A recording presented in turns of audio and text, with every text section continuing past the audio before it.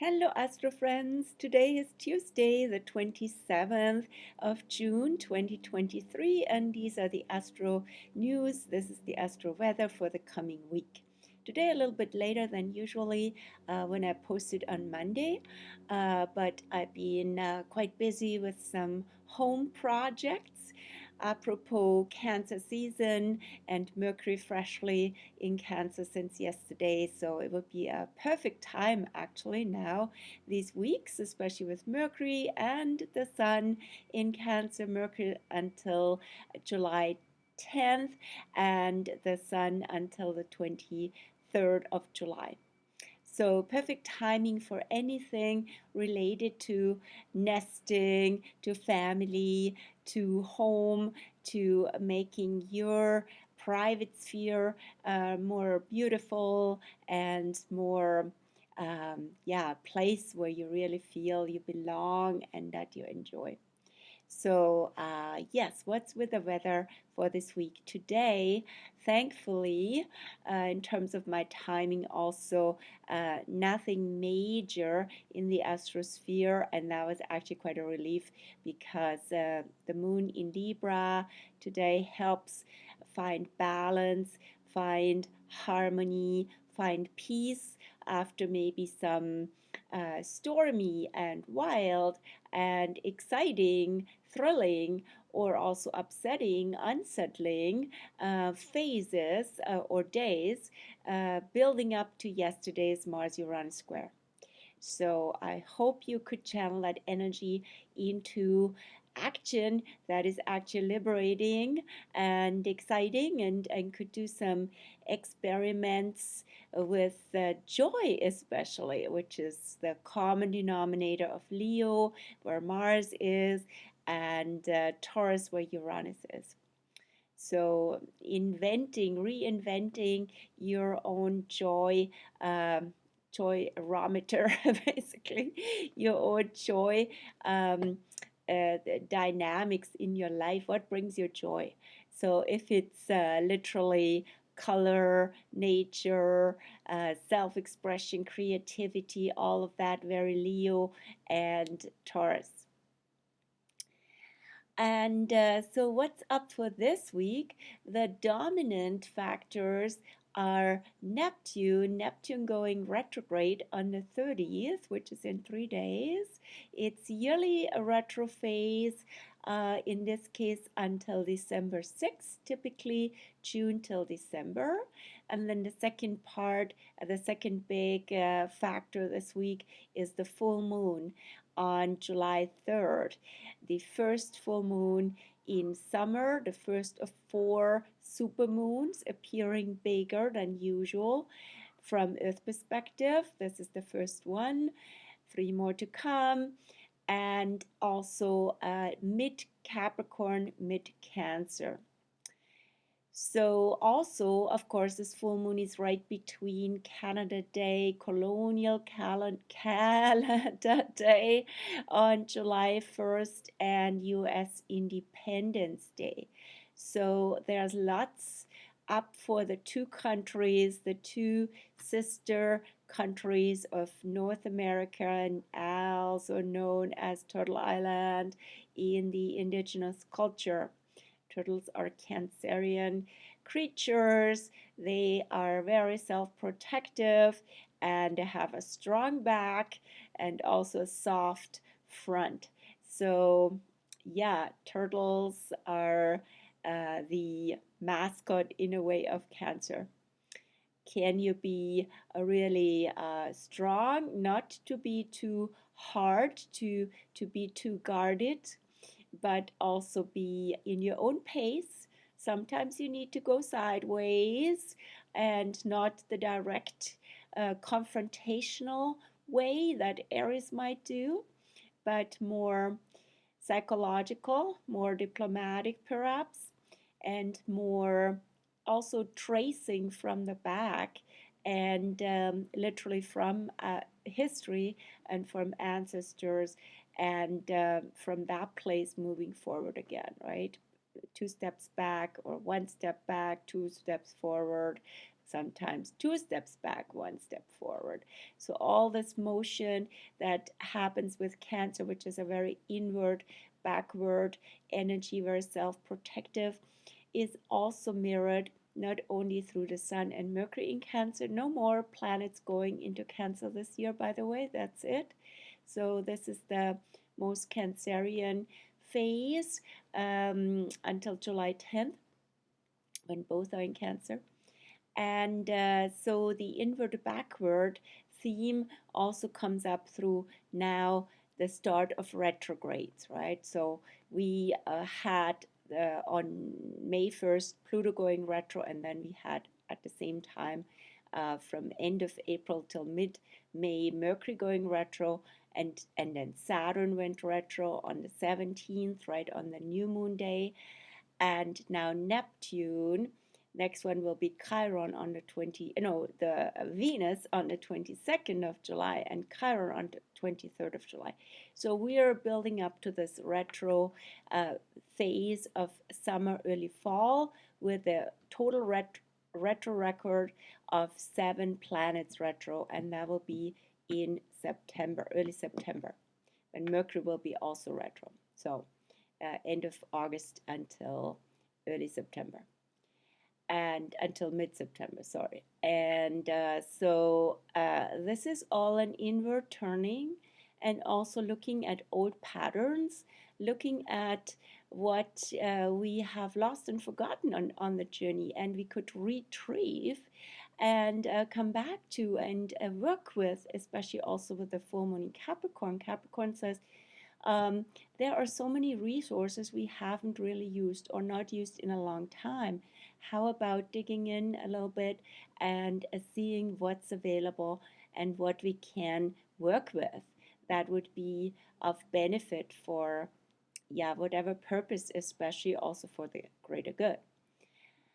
And so retro energy, more to come about that, but this is an initiation of that. And so what's with Neptune? Neptune goes retro once a year, as said, and especially in the turnaround phase of any planet, especially here at this point with Neptune, it's a strong focus on this energy. So Neptunian vibes can feel draining, can feel like you are tired of something, literally, and you feel depleted, or you feel lost, and you feel confused and overwhelmed. So you're navigating in this unknown territory that you feel there's no compass, right? So there's no clear anchor. In a way, there is the antidote to Saturn is Neptune. There's many other variations too, but that's what comes to mind here, especially since the full moon will be in Capricorn, which is ruled by Saturn. So there's a need for structure. While Neptune says, oh, well, this is all pretty fluid. It's all pretty, everything is moving. Everything is impermanent. Nothing sticks, nothing stays. Everything is in constant flux. And things change. Things are not, in that sense, controllable, right? So how do we navigate this? And Neptune is even in Pisces in its own sign since 2012 and still 2.5 years until then until the whole year 2025, and in 2026 it goes out of Pisces into Aries. So Neptune now in Pisces and in the last degrees of Pisces, which are also double Piscean. So we see so much fluidity and confusion, and also waves of collectivism, right? Collectivism is quite a theme with Neptune, because we're going, so whoever feels drawn into that sort of goes with a path of least resistance or least challenge, right?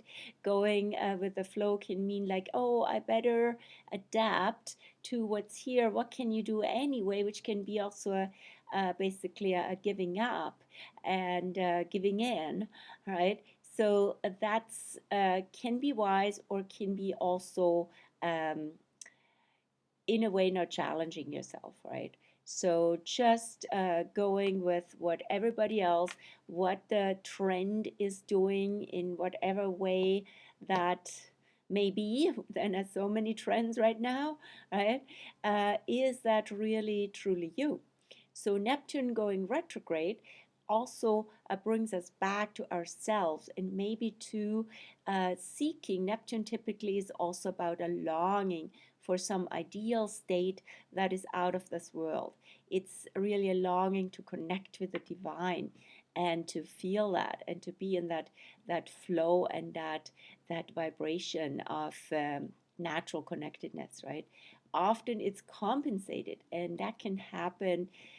um, we can recognize that more with Mercury with Neptune retrograde, that it's been compromised and compensated by addictions, especially, right? They promise a temporary or redirected way of connection, but it's not lasting. It's and even more, so it's not the real thing. It's not really a natural connectedness. It's dependent. It's on a substance, on a behavior. As long as you're in that mode, you feel connected and you feel like you're um, sort of transcending yourself in some way because you don't feel yourself. You're one with what there is, but it's again a compensation, right? So let's look into our addictive in our ways of losing ourselves with Neptune retrograde and finding, and also in ways of codependency, which is a big sort of common denominator of Neptune, and then in combination with Cancer, because Cancer likes to care and to be cared for and to be safe and to provide safety. So that's where easily a codependency can kick in. It's in a way the original Cancerian theme is mother-child dynamic, right? That's where it's the perfect place for it. But if we keep reenacting that, right? So just going by what's safe and we feel protected, and at the same time we feel actually, if we're honest, we're codependent. So that can happen on personal and interpersonal levels, on societal levels. So this is a good time to check in with codependency and also with old Pisces age dynamics that are being washed up and washed out now. And what I mean by that, a classic model and system for that is the what I call the codependent triad of victim, perpetrator, and savior. So these positions, we might alternate between them, and they need each other, right? So every victim has or needs a perpetrator, right? And also a savior. And maybe we are experiencing all of it within us, or we projecting and taking on these positions. I'm not saying there are no legitimate victims of war, for example, of people who are part of a collective experience that they have no personal influence over, right? And can't help, right? But being part of that, and their rights and their bodies are being violated and all this, right? So I'm talking more about the whole psychology and psychological dynamic, which can be quite rampant these days. All in the name of more empowerment, which is also the theme of Pluto. Pluto back in Capricorn now since June, when that happened. Sorry. Everything happened at the same time these days, right? That was also just recently. Oh, I'm losing track of Pluto. How can that happen? Pluto is hiding on June 11th, it was. So Pluto back in Capricorn and in sextile with Neptune retrograde in Pisces. I can show you that at the full moon chart here already. So here is Neptune in Pisces. At that time, the full moon, getting to that in a minute, on July 3rd, Neptune will be just freshly retrograde. and Pluto in late uh, Neptune in Pisces, right? And Pluto in late Capricorn. They are in sextile in two signs apart from each other, and this dynamic will be going on as long as Pluto is still in Capricorn. Pretty much that will be next January, but definitely as long as Neptune is retrograde. And yeah, actually, no, sorry, I should say also as Neptune goes forward again. Anyway, for the rest of the year. And so, what's with this dynamic? As I said, Pluto in Capricorn is about power and control and transformation out of having given power and control away. And so now that has to do again, it's another last long substantial phase of Pluto in Capricorn until next January. And then the last one that's coming is only a very short 2.5 months from early next September until mid-November. And that's it. Then Pluto goes out of Capricorn into Aquarius. But now we have the chance to look into these old structures that I call, as a very generic, very general term that can apply to so much, the old empire. The old empire expires, and there's so many factors to that. So old empire expiring means not necessarily it's all bad, that it's all good, right?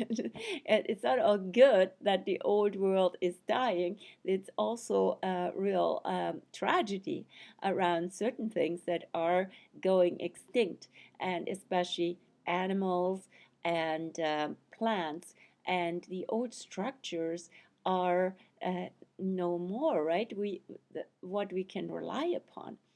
And so how do we find power through connecting back to the essence, Pluto, right? The essence of natural law, the essence of what our ancestors, what history has taught us, and find whatever brings us back to a power that is fueling our contribution to a change in a good way, right?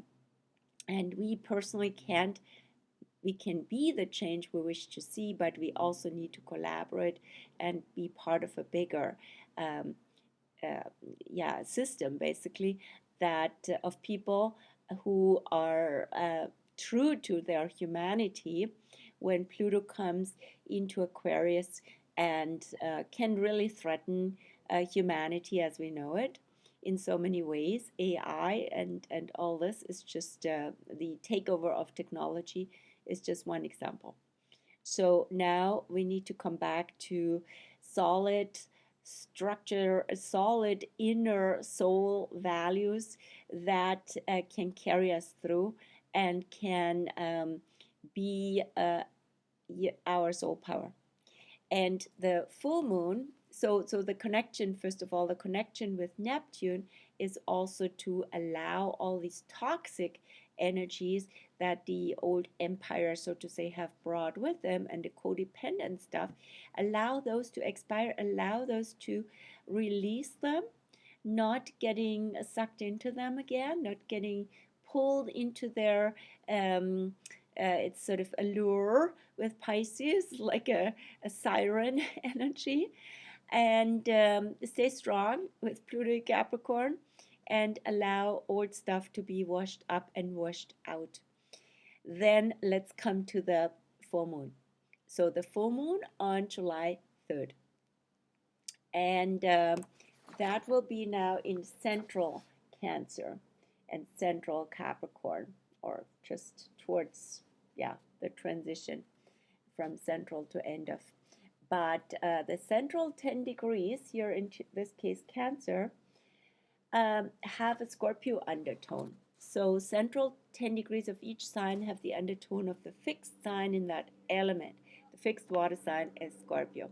So both countries, Canada and United States, have their sun in central Cancer with Scorpio undertone. There's a lot to look into that. to look into on that note, and also with the full moon being right between the two country birthdays, so to say. And I'll do a separate video for that. So to keep it really here to the astro weather of the week, separate video about United States, Canada, and the full moon, and energies that are being activated through this full moon. So back to the full moon.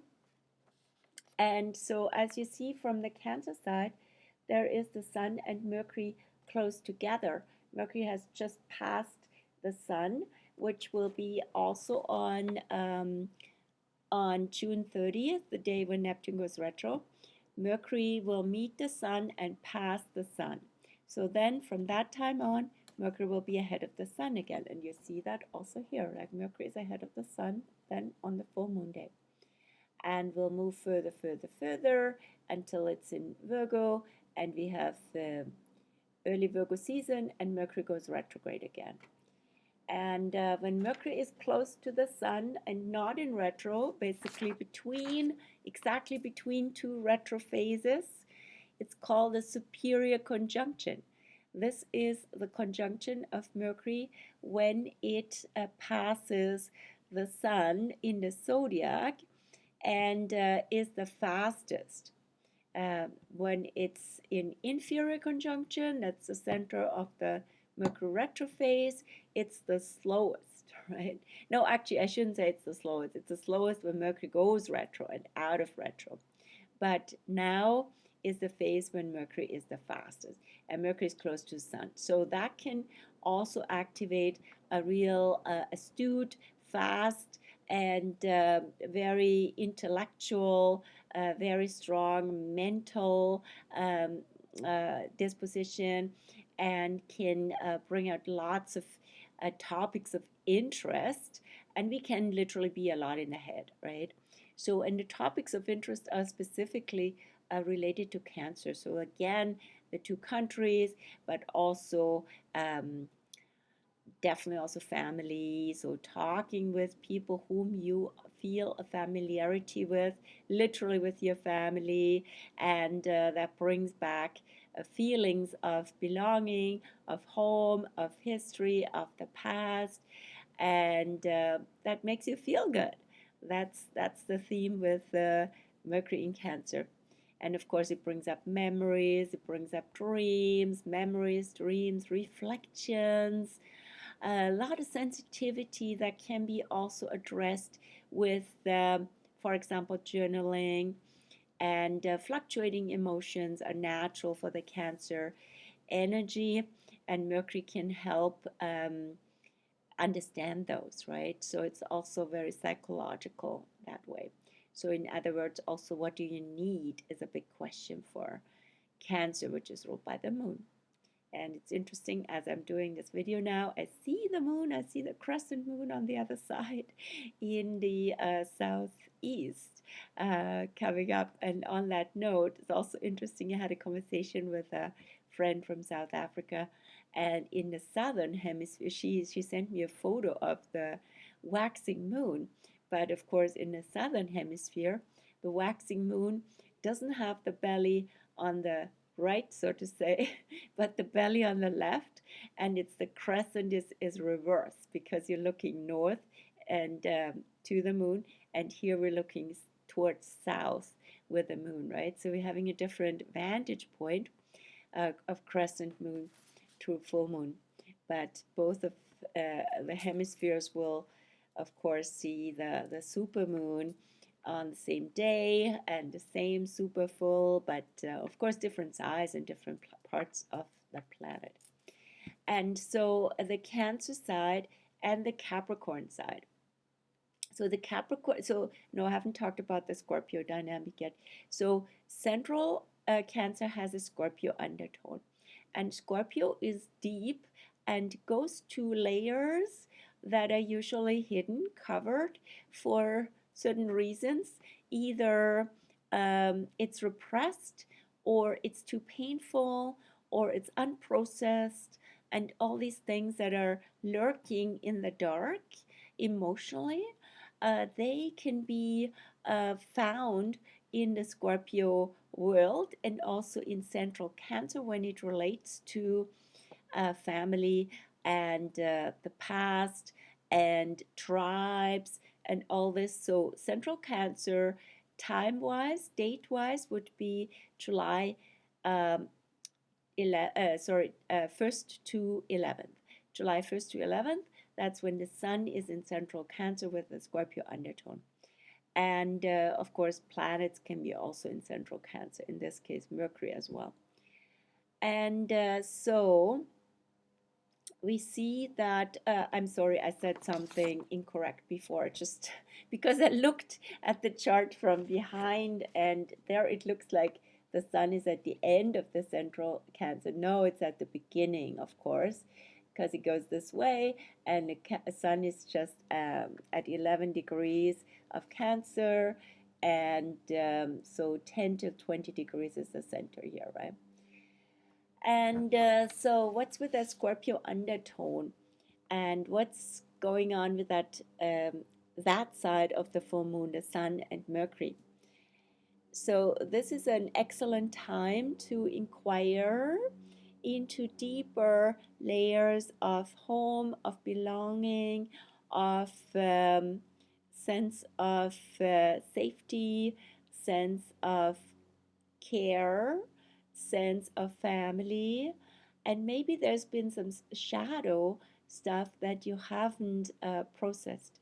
So it would be great to talk with people where you feel safe, and also to journal and to inquire.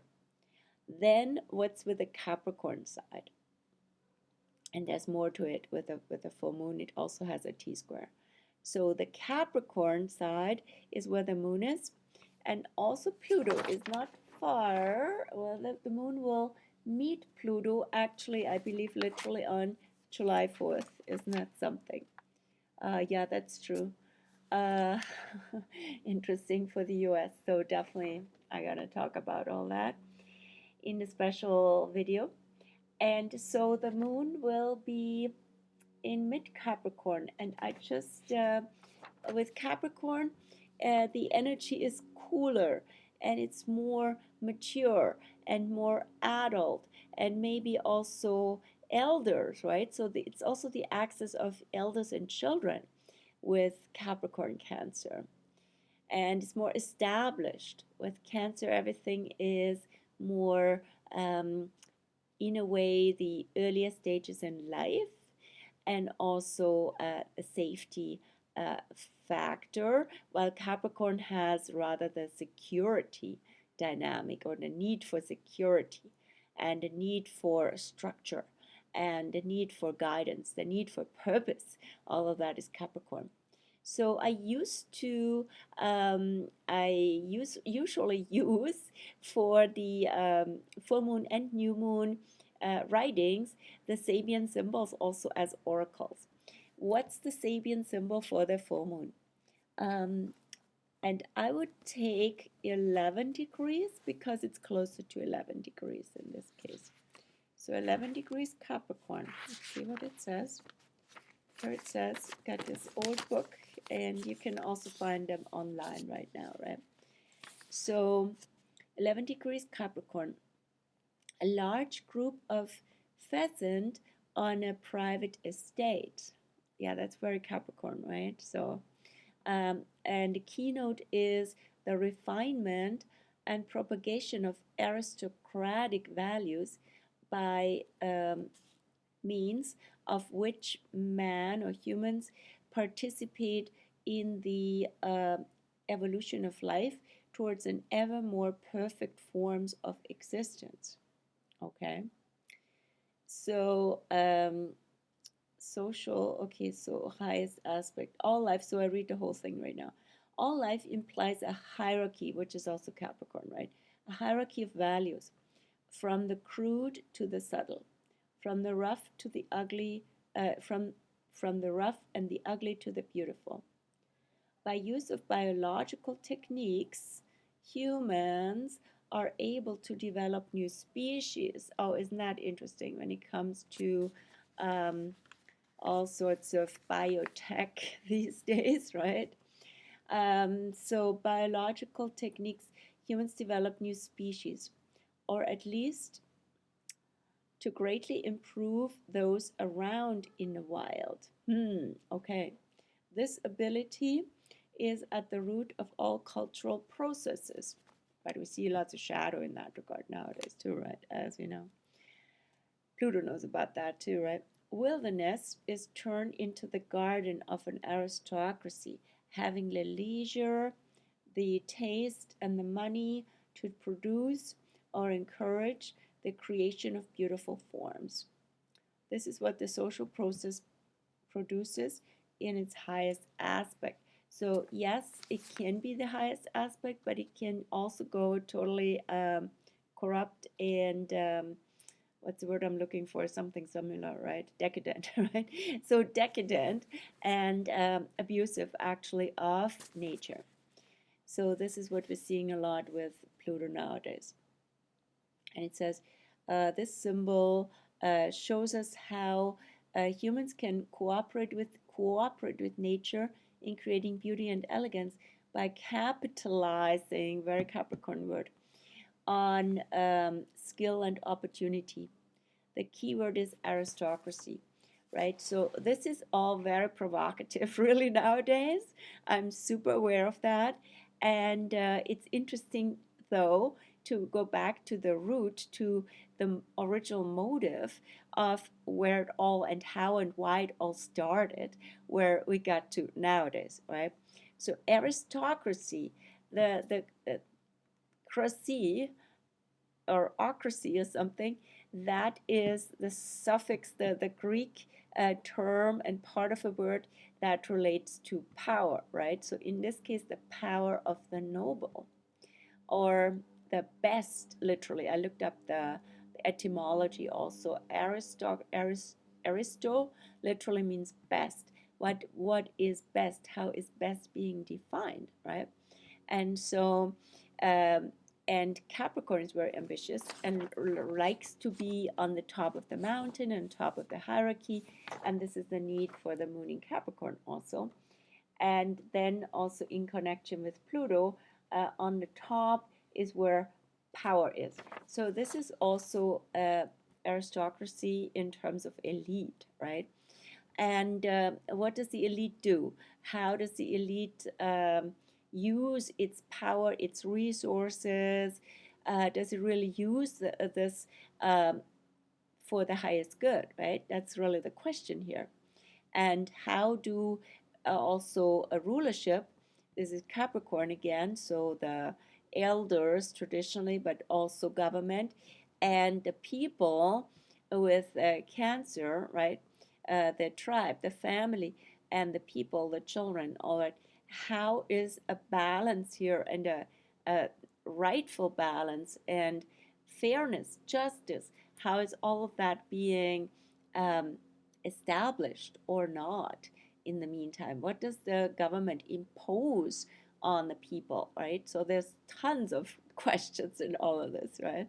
And without elaborating on all this, I'd like to also look at the full moon again, full moon chart, and show you that there's also a T-square.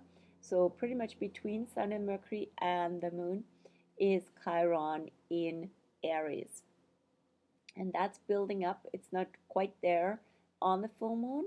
The sun will go in square with Chiron a little bit later. When is that? That's probably July 5th. Mercury will go into square on July 5th.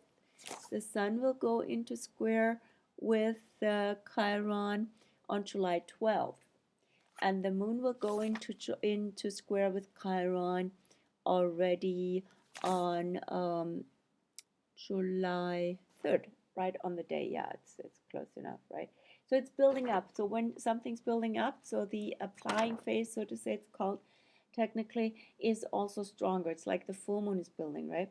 So this T-square is really important, and this wants to be an outlet. Aries wants to be an outlet, and Chiron. So Aries per se is about new beginnings. It's about being bold and taking the first step and really moving forward rather than backwards, sideways, and all, or upwards only, right? With Capricorn, the only way is up. With Cancer, it's back and forth, and with Aries is quite forward, right, and direct. And it's also a courage and to be authentic and to start from a new angle and to be present in the now, and at the same time with this to heal old and often early, which is also Aries is also refers to early in life, and early in history too, early wounds, right? So this will be super relevant, of course, also for indigenous themes when it comes to Canada. I'll go to that with a separate video because Chiron is right on Canada's ascendant and Neptune. Yep, and so it relates personally for us to Chiron in Aries does to our inner old early childhood baby wounds. And they can have to do with pretty much two things, with abandonment and with overwhelm. And overwhelm can be smothering from the Capricorn, from the Cancer side, or abusive from the Capricorn side. So, what are here early wounds that are in question, and that this full moon can help us shed light on and can help us heal? And it's not instant, it's a process, but we have to feel it, as it often is being said, right? You have to feel it to heal it. Then let's see what else is up for this week. Mercury, yeah, I talked about a lot. Pretty much just the moon phases. Yeah, so we're having now the waxing. Sorry, my computer is waking up. And the waxing moon phase now in Libra today, and tomorrow going into Scorpio. Yeah, today, Tuesday, still in Libra. Tomorrow goes into Scorpio in the early morning, and the moon will be in Scorpio, which is always a challenge per se. Why? In a second. The moon will be in Scorpio from early, basically after midnight tomorrow, and all day Wednesday, Thursday until Friday morning. And then going into Sag, which is the Phoenix point, and on Friday morning, then July 1st. So basically almost all day Friday, all day Saturday in Sag. On Sunday, it goes into Capricorn mid-morning, and then building up to the full moon, which will be on Monday, and once the exact time, Monday, July 3rd at 4:39 a.m. But the moon will be still in Capricorn for a while until Tuesday, July 4th at 10:30 a.m. So what's with that phase? What's with that sequence?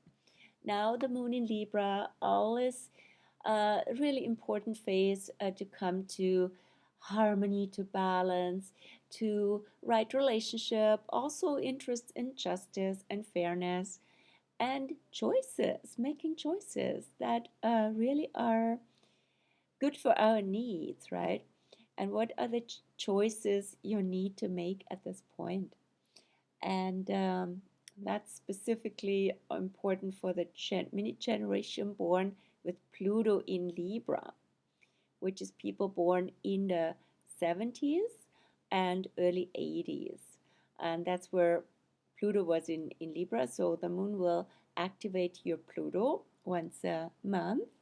And so your choice is also your power, right? So you have the power to choose. Then the moon goes into Scorpio tomorrow morning, and that's the tipping point. So choices have consequences. Choices lead to change. And so the choices you're making, even on a micro level today, lead to change for your day tomorrow, right? So, and we can practice all that.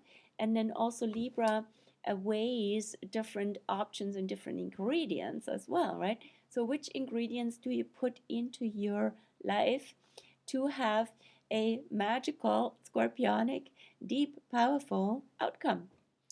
And then the moon in Scorpio helps us process lots of stuff as she likes to do. And that's not always comfortable but needed. And it's also some kind of purge, right?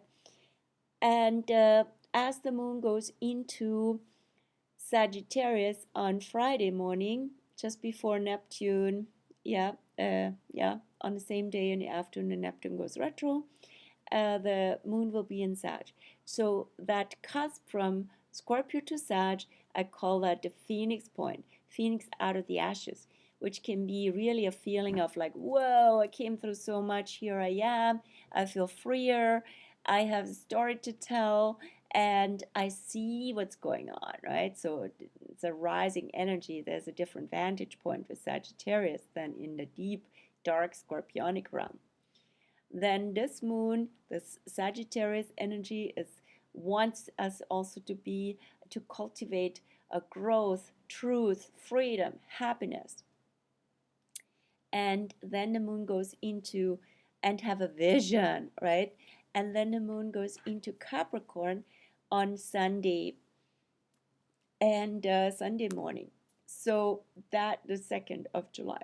So the Capricorn energy is again also where the full moon will be. That's much more grounded. So yeah, you have a vision. You see what's going on. So what are you doing with that? How do you implement that? How can you be in your integrity? So I call the Sag Capricorn point, the winter solstice point, also the integrity point. So walking your talk and implementing your vision and living from your truth, right? And making changes and doing physically something that embodies that manifests what you see and what you know, right? And that will be also the Capricorn side of the full moon. So again, a very grounding full moon. Don't get depressed. This can be also Capricorn can be too heavy, right? And also feeling like, oh wow, I'm powerless, right? Moon Pluto, right? Feeling powerless, looking at all these overpowering influences here, finding your true power, your soul power, and the connection with family, elders, all of that comes up with Cancer Capricorn. So I guess I stop here because I've been talking quite a long time today, and we'll do a separate one for the full moon and the two countries. Yeah, wish you well, wish you a good transition into July. You can always find links to articles relating to what I just said in the show notes, as I call, as well as below the video here on YouTube, as well as links to my Facebook page, to the blog, of course, and I also put my email address there if you'd like to be on the newsletter, which comes out for every full moon and new moon, and is very comprehensive and basically covers the phase from the, in this case, full moon to new moon, all the various astro influences, and also daily. It's called, like I call it, the cosmic calendar, day by day, as well as offers. We're going to have those on, or classes. So the whole spectrum, right? So you're welcome to be part of the subscriber group and tribe, and just send me an email, and I can do that manually because it gets tricky with social media that have links to them.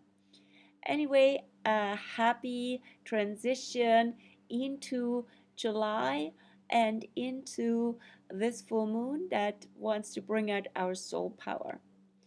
And I sign off here, and you can find me again in the other video. Cheers.